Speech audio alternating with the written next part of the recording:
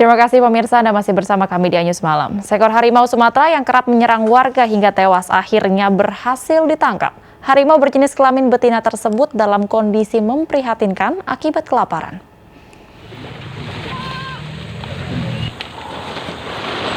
Petugas BKSDA dibantu petugas kehutanan dan TNI Polri berhasil menangkap seekor harimau Sumatera yang kerap menyerang warga di Desa Guguk, Marus Jaya dan Desa Air Batu, Merangin, Jambi. Penangkapan harimau betina yang sedang kelaparan ini ditangkap petugas dengan memasang perangkap menggunakan umpan seekor kambing. Sejak akhir September lalu hingga ditangkap, harimau Sumatera telah menyerang 3 orang warga, yakni 2 orang petani yang sedang berada di kebun dan seorang pemuda yang tengah mencari sinyal internet. Akibat peristiwa tersebut, 2 orang warga tewas dan 1 orang luka-luka. Kepala BKSDA Jambi, Rahmat Saleh menyebut, harimau yang berhasil ditangkap kondisinya sangat memprihatinkan.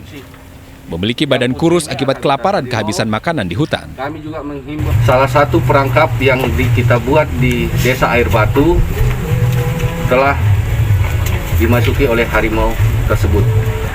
Bahwasanya kita bawa ke sini karena kondisinya sangat mengkhawatirkan.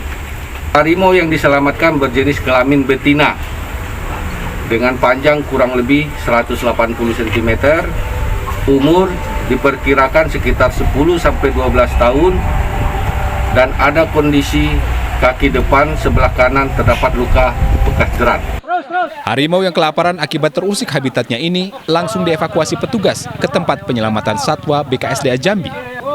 Dari kota Jambi, Adrianus Susandra, iNews melaporkan. Kawasan Danau Sunter dan Taman Impian Jaya Ancol, Jakarta Utara ramai dikunjungi warga. Keduanya dipilih sebagai tempat menghabiskan akhir pekan karena dekat dan relatif murah.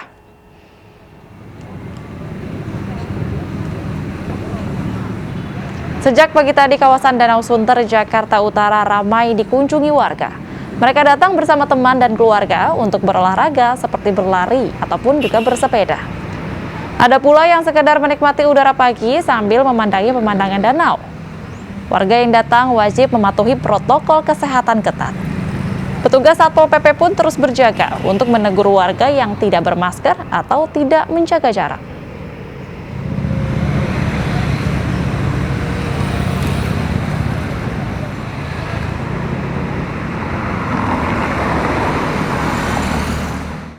Udara segar menjadi salah satu daya tarik kawasan Eco Park Ancol, Jakarta Utara. Di akhir pekan, selain untuk berolahraga, pengunjung memilih kawasan di tepi pantai ini untuk menikmati koleksi flora dan fauna di tempat ini.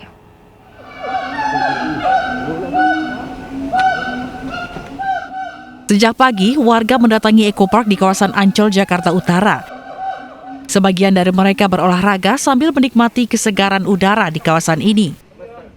Kawasan tepi pantai yang dipadati tanaman ini memang menjadi pilihan warga untuk berolahraga.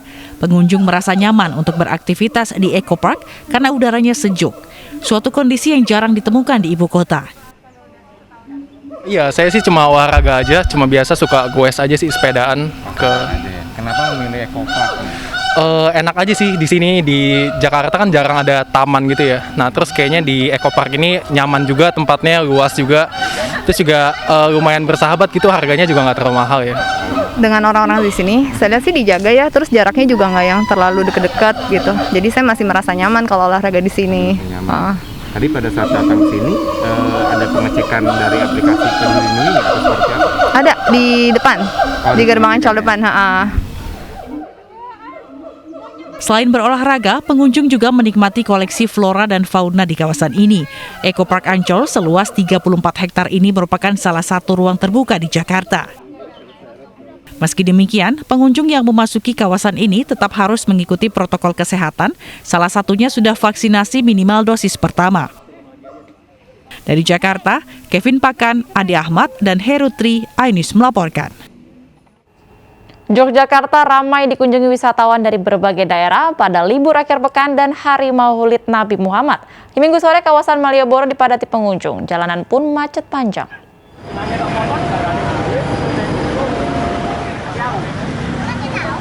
Malioboro padat, di sisi pejalan kaki hingga jalan raya.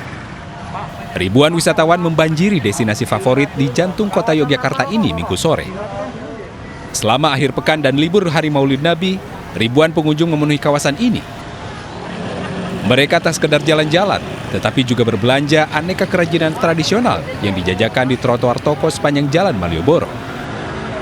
Tak lupa, para wisatawan ini mengabadikan kenangan mereka berlibur ke Yogyakarta dengan berfoto di tiang penunjuk Jalan Malioboro.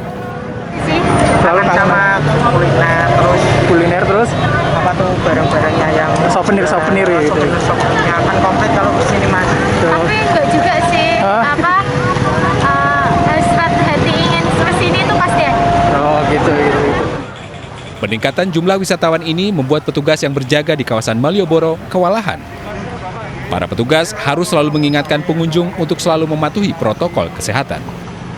Tugasnya selain mengingatkan yang nggak pakai masker untuk tetap prokes, juga ngasih tahu tempat-tempat mungkin wisatawan nggak tahu masjid mana, kamar mandi mana, apa toko apa gitu.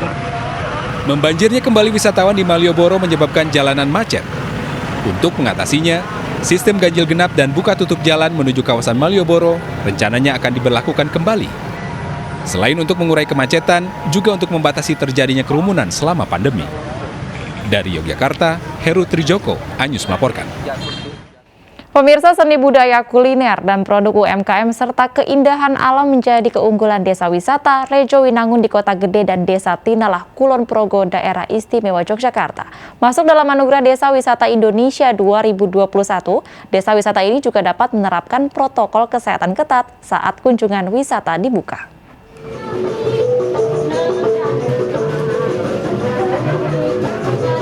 Kampung Wisata Rejo Winangun di Kota Gede, Kota Yogyakarta, Daerah Istimewa Yogyakarta, merupakan salah satu desa wisata yang terkenal akan keseniannya. Kesenian ini ditampilkan saat menyambut Menparekraf Sandiaga Uno dalam kunjungannya ke desa ini. Selain kesenian, desa yang masuk dalam 50 besar Anugerah Desa Wisata Indonesia 2021 ini juga memiliki kerajinan, kuliner, herbal, dan agrowisata. Kita siap prinsipnya untuk mendukung agar pariwisata ini dilakukan dengan protokol kesehatan serta integrasi dengan aplikasi Peduli Lindungi, dan kita harapkan ini menjadi kebangkitan, kepulihan untuk para UMKM dan para wirausaha supaya lapangan kerja kembali terbuka.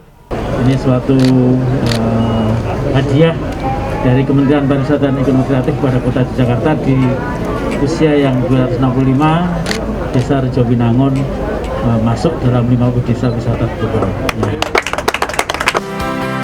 Desa Tinalah di Kabupaten Kulon Progo, Yogyakarta memiliki alam yang sangat indah yang terletak di hamparan perbukitan Menoreh, sisi barat Yogyakarta. Konsep desa wisata ini adalah penyatuan alam dan nilai-nilai budaya dengan slogan Pesona Alam dan Budaya.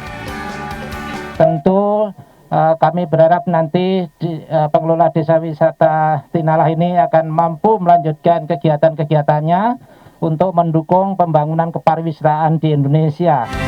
Salah satu aktivitas di sini adalah berkemah. Ada camping ground yang dikelilingi perbukitan Menoreh di pinggir sawah hijau yang asri.